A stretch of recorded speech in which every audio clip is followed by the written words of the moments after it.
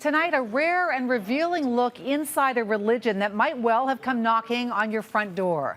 Over the next hour, we'll take you inside the Jehovah's Witnesses from 3 people who have left. I'm not free. I have to hide today. It's just torture. It's just torture. Do you think you'll ever be free from this? I don't know, I'm trying. We'll call her Alice. Her face is hidden, her voice altered. She's what's known as faded. She no longer believes, but hasn't officially left the religion.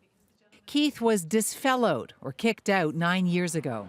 The comparison between Jehovah's Witnesses and the way they operate and the North Korean regime it's very similar, whereby you are directed, you are controlled. Derek quit, or as it's described in the religion, disassociated 4 years ago. There's a lot more to the story than they want to admit, and people need to know it. 3 ex-witnesses describe the rules and beliefs of a religion that claims to have a worldwide membership of more than 8 million people. The overall tenet is that they are the one specific chosen religion, and after a designated period of time, Jehovah will destroy all of wicked mankind, and then only faithful witnesses will be allowed to either live through that tribulation or to be resurrected from the dead into that new world. The Spirit of God is stronger than any imperfection that you have. I was pretty much raised from birth in the religion. My brain's been wired that way to think that it's coming.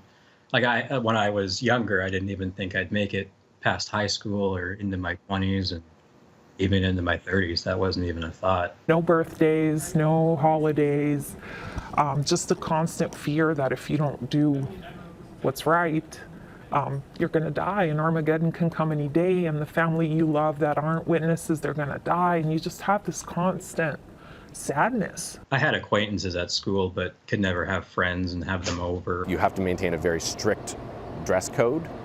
Blood transfusions are banned. So too is military service, saluting a flag or singing a national anthem.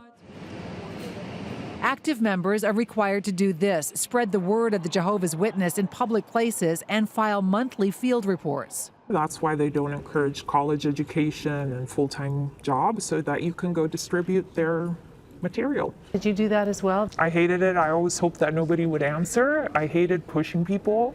It was something you had to do. All around the world, people come together every week at places of worship called Kingdom Halls. JWs gather at Kingdom Halls. Have you ever wondered what happens inside a Kingdom Hall of Jehovah's Witnesses?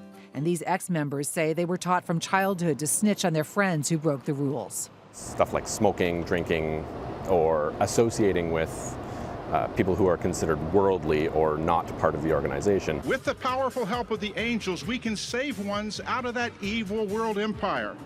Judicial committees decide the punishment, anything from a public rebuke to being kicked out of the religion. And yet Alice says those same committees have a rule that puts children at risk.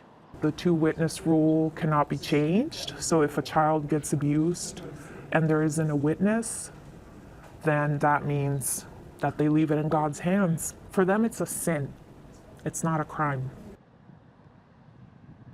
In 2015, Australia held a royal commission into child sexual abuse in the Jehovah's Witnesses. They criticized that 2-witness rule and concluded that the organization doesn't respond adequately to abuse. Coming up, shunning, the high cost of leaving the religion. This is me. That's something slipped that wasn't. I'll be disfellowshipped in a heartbeat and labeled as an apostate, which is even worse. Because the apostates, that's like the top sin that you can do. Alice no longer believes what the Jehovah's Witnesses are preaching. She's considered faded, but won't outright quit. I'm afraid of the repercussions with my family, not only for me, but for them. I don't want to put them in the position not to be able to talk to me. Derek resigned from the religion 4 years ago. I was just depressed 24/7, suicidal at many points in my life, especially like as a teen, and just couldn't take it anymore. Because pretty much you're always living with the end of the world is just around the corner, and you're either going to make it or you're not. The consequences of disassociating or quitting the church have been swift. When you decide that you want to leave, or if you get kicked out, everybody has to shun you.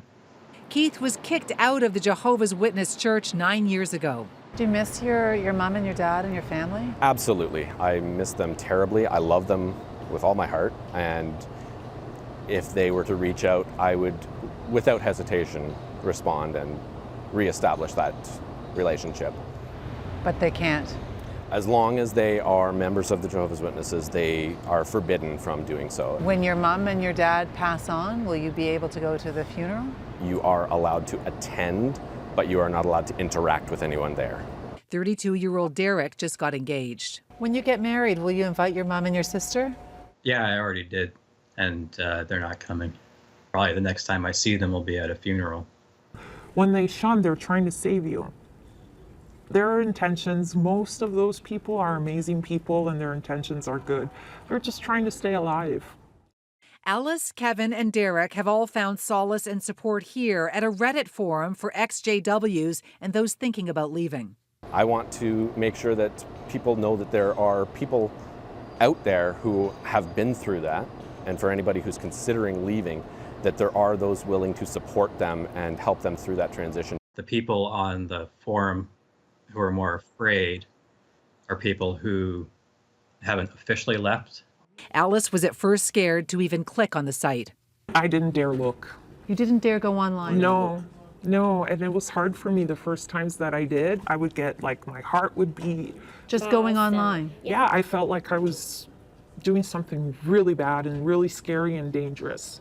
The online support is helping each cope with their new world outside the organization. I kind of view my family that's still in as victims, I guess, of it.